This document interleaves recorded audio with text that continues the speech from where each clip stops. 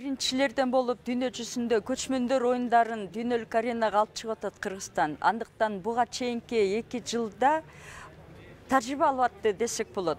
Ошол учурларда анча-мынча жетишпестиктер болуп кетип атты. Айтсак дааратканалар, айтсак ашканалар дегендей ошолор уюшкандыгы дана төп келбей кеткен учурлар болду эле.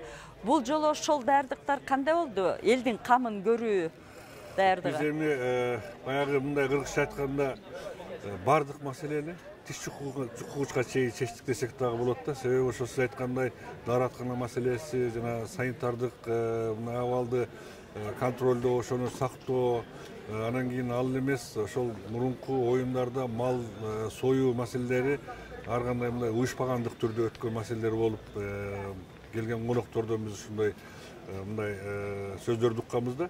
Анан бул жолкусунда ошол мал союучу жайлардан бери уюштурулду да. Ушул Кырчын жайлоосуна пресс-центр ачылды. Пресс-центрде жогорку мындай ылдамдыктагы оптоволокнодон атайын интернет тартылып барды. Инфраструктура маселеси. Мен эсимде мурунку көчмөндөр оюндарына келгенде тиги жолду салып бүтпөй, үлгүрбөй, тоо ташты аралап өткөндөрүбүз эсибизде эле. Бул жолу ошол жолдорду куруп бүтүштү да, Корумдуга чейин. Толугу менен бүттү. Мына баягы белгиленген 104 километрге чейин ал атайын мына чоң жол асфальтталып бүттү. Андан сырткары ошол Кырчын жайлоосуна бурулган жерден баштап мурункусунда эсиңизде болсо керек, баягы көпчүлүк элдер баягы автоунаанын көптүгүнөн жете албай калгандар да болду. Тыгындар болуп.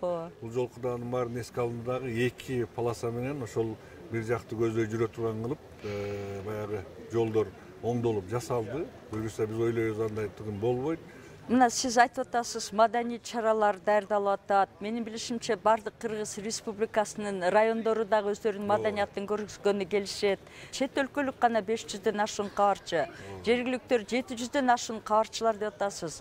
Спортчулар, ушу жалпы жөнүнөн көчмөндөр оюндарына Кыргыз өкмөтү тарабынан канча каражат сарпталып жатат?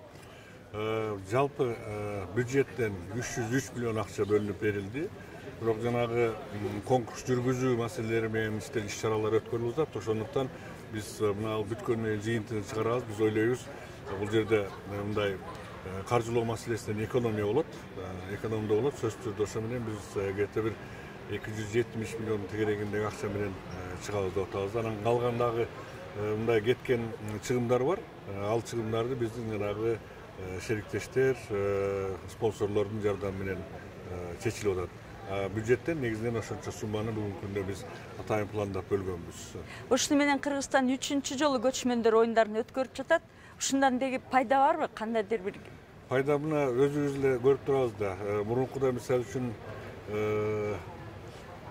көчмөндөр оюнунун спорт тармагында катышууга 62 мамлекеттен келсе, азыр биз 82 мамлекетке чейин өтүп атабыз. Маданий иш-чаралар көбөйдү.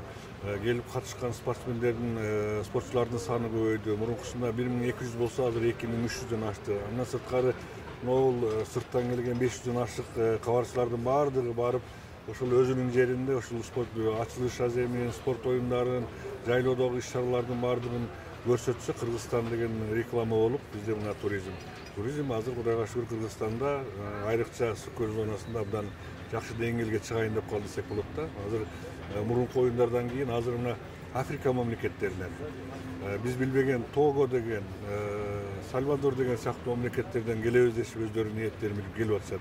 Андан сырткары араб мамлекеттеринен абдан көп быйылкы оюндарга келгендерчи. Анан мына акыркы 3-4 жылдан бери Кыргызстанга араб мамлекеттеринен келген туристтердин саны көбөйдү. Мунун баардыгы биз ойлойбуз, ушул биздин көчмөндөр оюнунун, анан башка ушуга окшогон мындай эл аралык деңгээлдеги Кыргызстанда өтүп жаткан иш-чаралардын жыйынтыгы деп ойлойбуз да. Вице-премьер мырза, мен сиз менен макулмун, ушул көчмөндөр оюндары Кыргызстандын имиджин жайылтып атат деп. Кыргызстандыктардын чөнтөгүнө, өкмөттүн чөнтөгүнө бир нерсе түшөбү пайда? Эми бул мына эгерде бизде туризм өнүксө, сырттан ар бир келген турист конок жок дегенде ошол жерден тамак жейт, ошол жерге жатаканага жатат. Ошол жерде эми бир жумага келген бир чет элдик турист келсе дагы бир $1000 акча таштап кетет да ошол жергечи. Анан бир жылына бир биз 2 миллион ушул Сүкөл жергесине сырттан турист алып келип алсак, ошол $1000 ошол бир кишиге эсептей турган болсок, жылда эсептеп көрсөңүз канчалык элге дагы тамак аш сатат жатаканасын жанагы ошолорду тейлөө иштеринде ала турган пайдасы. Андан сырткары мамлекетке мындай салык түрүндө түшө турган маселелер болот. Бул эми бүгүнкү биз мына 300 миллион акчаны ушул көчмөндөр оюнуна салып коюп каражат кетирдик.